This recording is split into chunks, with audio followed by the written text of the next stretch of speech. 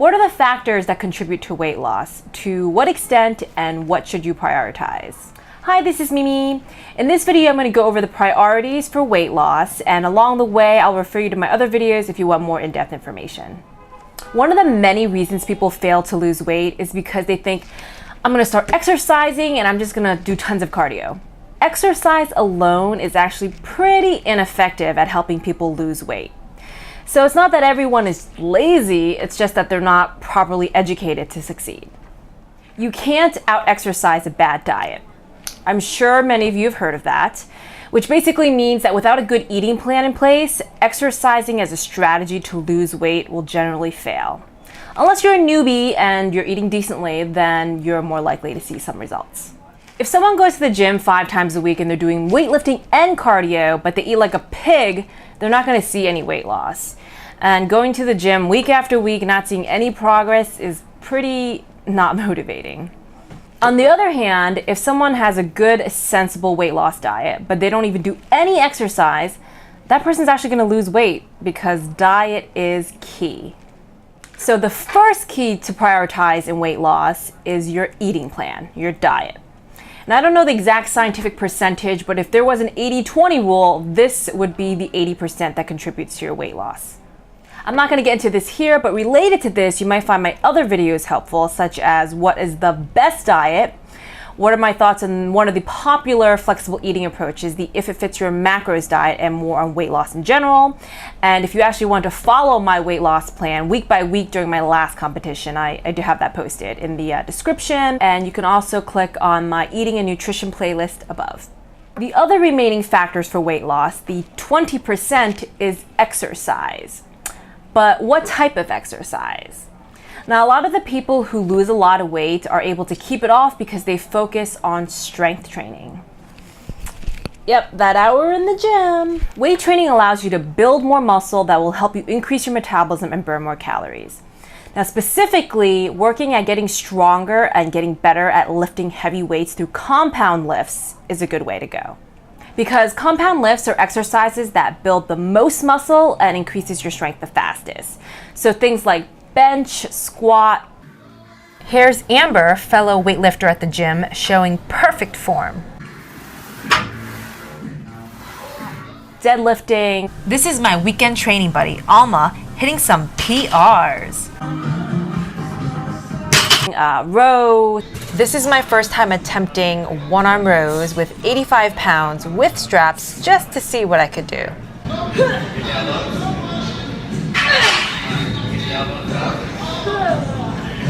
Pull-ups, chin-ups, overhead presses. You can easily Google compound lifts and a whole thing will come up. If you're a female that's afraid of getting bulky but you just want to get toned, watch my video on busting that myth. And I also have a video up on super metabolism. Number 3 is cardio. And for those of you who know me, you know I hate cardio. It is good for your general health, and it actually does have a place in weight loss as well. But as number 3 after weightlifting as priority number 2. I like to think of weight training versus cardio as buying versus renting a house. The time that you spend weightlifting to build muscle will give you a long-term reward of increased metabolism, burning more calories, and ultimately being able to give you the ability to eat more. When you do weight training, you're burning calories at the gym and after you leave the gym. Whereas for cardio, you do not burn calories after you leave the gym, and it certainly doesn't help you build that metabolically active muscle that will help you burn calories. However, I just want to say there is an exception in terms of HIIT, high intensity interval training, that does increase your metabolism and you do burn calories after you leave the gym. HIIT is actually a very beneficial type of cardio as long as you don't overdo it.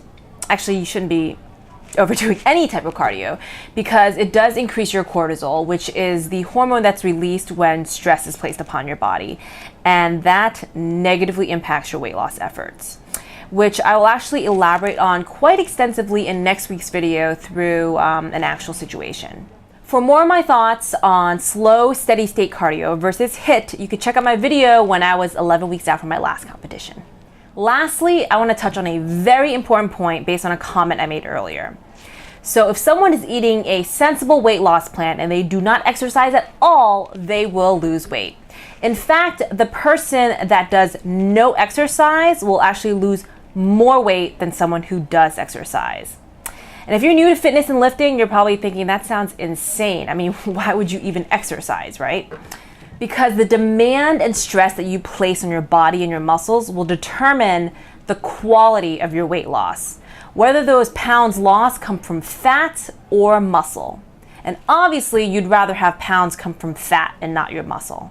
As a completely hypothetical example, let's say there's two females who both weigh 140 pounds, they're both at the same body fat percentage, and they both go on a weight loss diet. So female A loses 10 pounds, 3 pounds of fat and 7 pounds of muscle, doing, eating less and no exercising. Female B loses 4 pounds, 3 pounds being fat and 1 pound being muscle, doing primarily heavy weight training. Who did better and who looks better? Female B, who lost only 4 pounds doing weight training, versus the female who lost 10 pounds doing no exercise. Because in the end, they both lost 3 pounds of fat, but female B got to keep most of her muscle, which helps her burn more calories, and it was able to help her keep her metabolism higher. Keep in mind that muscle weighs more than fat. So the best way to assess your progress is not by the pounds that you lose, but it's by the quality of pounds that you lose. And I do plan on having an upcoming video where I talk about tracking progress. Back to the scenario, the person who lost 4 pounds looks better and more shapely than the person who lost 10 pounds because she has more muscle. And tone is just muscle covered in less fat. Losing a lot of weight from muscle mass not only decreases your metabolism and your ability to burn more calories, but it also negatively impacts your ability to eat more in the long term to maintain your current weight. And for people who love food, that just sucks. So the quality of your weight loss does matter. Losing pounds of fat is far superior to losing pounds of muscle. Again, the stress that you place on your body is going to determine the quality of weight loss. And that stress for quality weight loss is heavy strength training, combined with a sensible weight loss diet. Next week, I'm going to share someone else's story that I'm currently helping and lessons to be learned. And lastly, I'm very excited to share a sneak peek into something I'm working on. This comes from an old Chinese proverb. Give a man a fish, you feed him for a day. Teach a man to fish, you feed him for a lifetime. Fishing lessons coming soon from my Eat, Not Diet. In the meantime, please click subscribe, stay tuned, check out my other videos by clicking on these links here or explore my playlist. And feel free to follow me on Twitter at Eat Not Diet or connect with me on Instagram or Facebook at Mimi Bonny. Thanks for watching.